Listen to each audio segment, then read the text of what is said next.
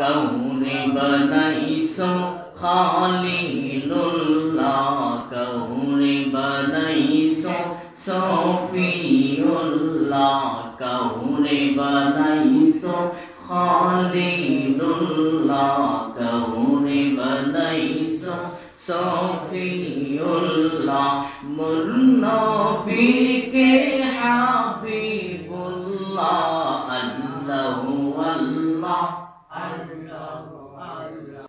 হাদিস শরীফে রয়েছে হাসি দেওয়ার পরে শুকরিয়া আদায় করার কথা বলা হয়েছে। কেউ যদি হাসি দেয় তাহলে এটা আল্লাহর পক্ষ থেকে দেওয়া হয়। এজন্য হাদিস শরীফে বলা হয়েছে তোমরা কি করো, হাসি দিলে শুকরিয়া আদায় করে আলহামদুলিল্লাহ। আর ওই হাসি দিলে যে থিওরি বের হয়ে এসেছে, ওই হাসির সাথে আমাদের ভিতরে যত রোগ জীবাণু আছে 3000 এর ঊর্ধ্বে রোগ জীবাণুগুলো হাসির সাথে বের হয়ে যায়। সুবহানাল্লাহ। তাহলে আলহামদুলিল্লাহ এখানে বলা উচিত। তাহলে হাসি আসার পরে আলহামদুলিল্লাহ বলা উচিত। আর যদি হাই আসে তাহলে আমরা কি বলবো? হাইটা কিন্তু আল্লাহর পক্ষ থেকে আসে না। হাই হচ্ছে একটা দুর্বলতার প্রতীক, হাই তোলা।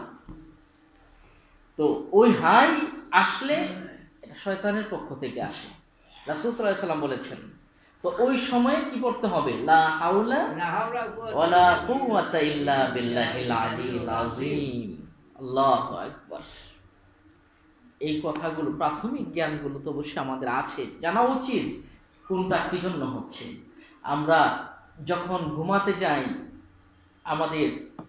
তখন আমাদের কাছ থেকে জানটা একটা আকাশের মাঝে লটকানো অবস্থায় থাকে, ঝুলন্ত অবস্থায় থাকে আমাদের প্রাণ। যখন আমরা ঘুমাতে যাই তখন আমরা দোয়া পড়ি। কি দোয়া পড়ি? আল্লাহুম্মা বিসমিকা আমুতু ওয়া আহইয়া। আল্লাহ, তোমার নাম নিয়ে আমরা কি করছি? মৃত্যুবরণ করছি।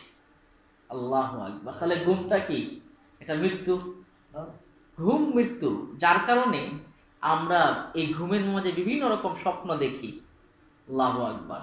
কত রকম স্বপ্ন মুহূর্তের ভিতরে আমরা দেখছি, অল্প সময়ের ভিতরে।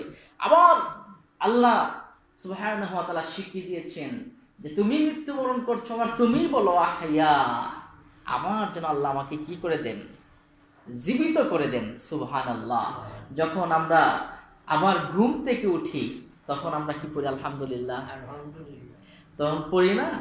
তো এটা কেন পড়ি? যে আল্লাহ আমাদেরকে আবার জীবিত করেছেন। আলহামদুলিল্লাহিল্লাযী আহইয়ানা বা'দা মা আমাতানা ওয়া ইলাইহিন নুশুর। সুবহানাল্লাহ। আল্লাহ, তুমি আমাদেরকে মৃত্যু দেওয়ার পরে আবার আমাদেরকে জীবিত করেছো, এই জন্য তোমার শুকরিয়া আদায় করে আলহামদুলিল্লাহ বলতেছি। আল্লাহু আকবার।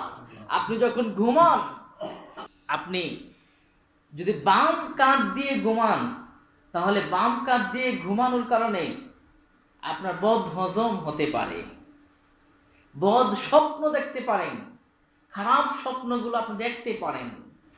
এজন্য রাসূল আকরাম সাল্লাল্লাহু আলাইহি ওয়াসাল্লাম হাদিস শরীফে ইরশাদ করেছেন, ও আমার সাহাবীরা, তোমরা যখন ঘুমাবে, ঘুমানোর জন্য বিছানায় যখন শুবে, ডান হাতটা তোমরা মাথার নিচে দিয়ে বালিশের উপর যখন শয়ন করবে, ডান কাত হয়ে শয়ন করবে।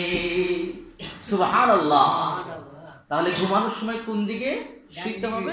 ডান দিকে শুইতে হবে। সুবহানাল্লাহ। তাহলে কি উপকার? বদ হজম হবে না, পেট খারাপ হবে না, পেটে গ্যাস হবে না। এরপরে আপনার রাতের বেলা অনেকে দেখবেন চিৎকার করে ওঠে, ভয় পায়, আছে না এরকম? ঘুমের মাঝে চিৎকার করে ওঠে। আপনি যদি ডান কাত হয়ে শুন, আল্লাহ আপনার এই রোগটা দূর করে দিবেন, চিৎকার করে আর উঠবেন না।